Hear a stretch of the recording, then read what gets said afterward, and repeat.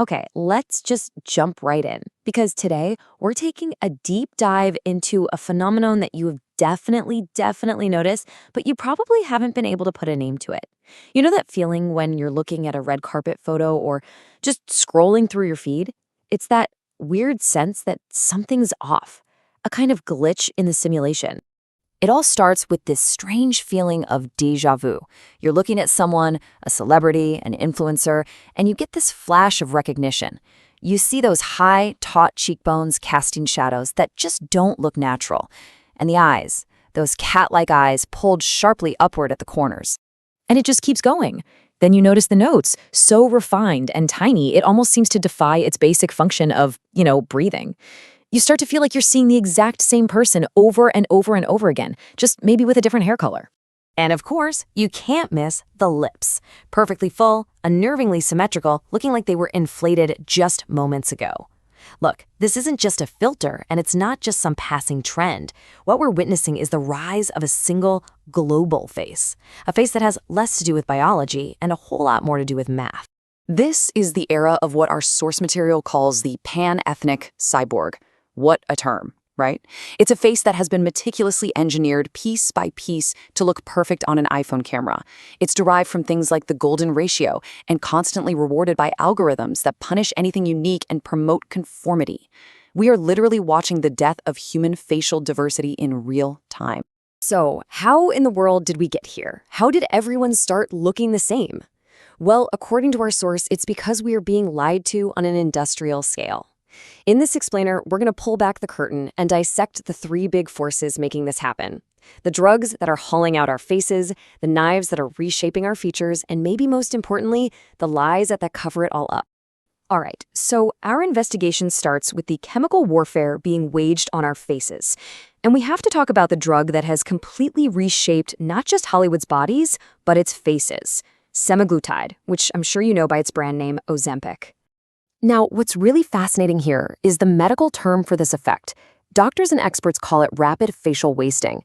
I mean, just listen to those words. It sounds incredibly serious. And that's because it is. This is not about just looking a little thinner. We are talking about a dramatic and often damaging physiological process.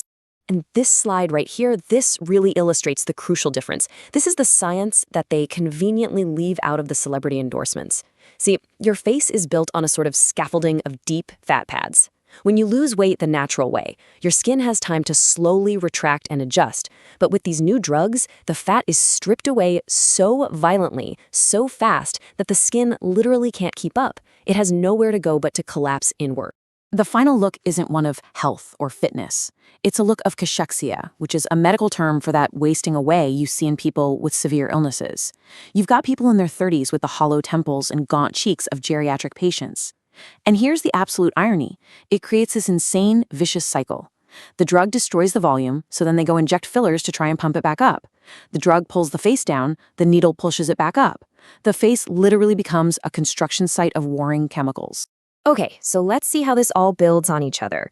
If Ozempic is the chemical warfare, this next part is more like a targeted surgical strike. We need to talk about two very specific procedures that are helping to sculpt this new, uniform face. The obsessive quest for the fox eye and the creation of the hollow cheek. So the first target is the eyes, and this whole thing is driven by an obsession with one very specific geometric angle, the canthal tilt. A positive tilt is just where the outer corner of your eye sits higher than the inner corner. Now, this isn't just some random preference. It's an angle that beauty filters and social media algorithms have literally been trained to see as more attractive. Now, to get this look, people are undergoing things like thread lifts or even a full-on surgery called acanthoplasty. This involves literally detaching the tendon of the eye to reposition it. I mean, just think about that for a second. A permanent, invasive surgical alteration to chase a temporary Instagram trend.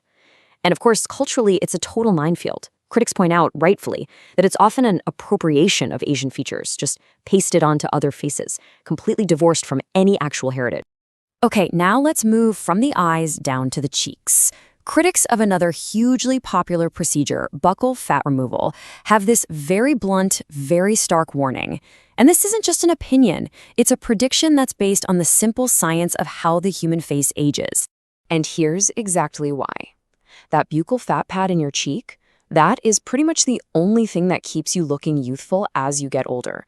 It's what gives your face volume and softness. So by deliberately scooping it out in your 20s just to get that hollow, chiseled, model-esque look, you are basically guaranteeing a skeletal, gaunt appearance by the time you hit your 40s. You're pre-ordering a future face that you really might not want. But here's the thing. According to the source material, the surgery itself isn't the real crime. The drugs aren't the real crime. The real crime is the lie. We are living in what you could call the golden age of gaslighting, where what you are seeing with your own two eyes is actively being denied by the people showing it to you. Oh, we have all heard the excuses, haven't we? I just drink a lot of water, or my face just matured. But the all-time classic defense, especially for young stars whose noses seem to shrink and get pointier overnight, is blaming puberty. Right. So let's just put this whole argument to bed once and for all with some simple medical facts. As this slide clearly shows, your facial bone growth stops in your late teens. Done. Finished. And cartilage, like the stuff in your nose, does not magically shrink or get more refined with puberty. It just doesn't happen. So if a nose bridge dramatically changes shape between the age of 16 and 20, that's not hormones, my friends. That is a rhinoplasty. The lie is a direct contradiction of basic biology. So why lie? Is it really about privacy? No. It's about economics. It is all about the money. Think about it. If a celebrity admits their flawless jawline is actually the result of a $50,000 deep plane facelift, they can't turn around and sell you their $80 glow serum. The entire celebrity beauty industry is built on this one foundational lie, that their face is attainable with a product. Admitting to surgery would be financial suicide. Then you add in ironclad NDAs for the surgeons, and what you get is a perfectly designed system to gaslight you into believing that biology just works differently for famous people. It doesn't. And please, don't think for a second that this is only a female phenomenon. Gentlemen, you are not safe. The pressure for this kind of facial homogenization has absolutely come from men too, usually in the form of this almost cartoonishly chiseled, squared-off ideal. So let's take the very famous case of Zac Efron's jawgate. The official story was that an injury caused his masseter muscle, the big jaw muscle, to grow. But as tons of medical experts pointed out, when a muscle grows, it gets round and bulky. The kind of sharp, almost geometric angles that we saw, that's the classic signature of custom mandibular implants or very strategically placed high-density filler. It's the pursuit of what's called the Chad ideal, a face that's literally squared off to look like a filtered meme. So where does all of this end? I mean, what are the real consequences when an entire generation starts chasing the exact same digitally derived face? The implications here go way beyond just vanity. They touch on class, technology, and our very sense of who we are. One of the most alarming consequences is a full-blown crisis in self-perception. There's a condition that doctors are now calling Snapchat dysmorphia, and it's affecting a majority of young people. That's right. Over half of adolescents actively dislike their own bodies because they are constantly comparing their biological reality to a digital fabrication that is literally impossible to achieve without all the drugs and knives we've been talking about. And this new Hollywood face, this pan-ethnic cyborg, has become something else entirely. It's become a powerful, unspoken signal of class. The gauntness signals you can afford the $1,000 a month Ozempic prescription. The perfect veneers signal you can afford the top cosmetic dentist. The trendy fox eye signals you're plugged into the cultural moment. We are systematically erasing ethnicity, age, and character, and blending all of our unique features into a single, commercially viable mask.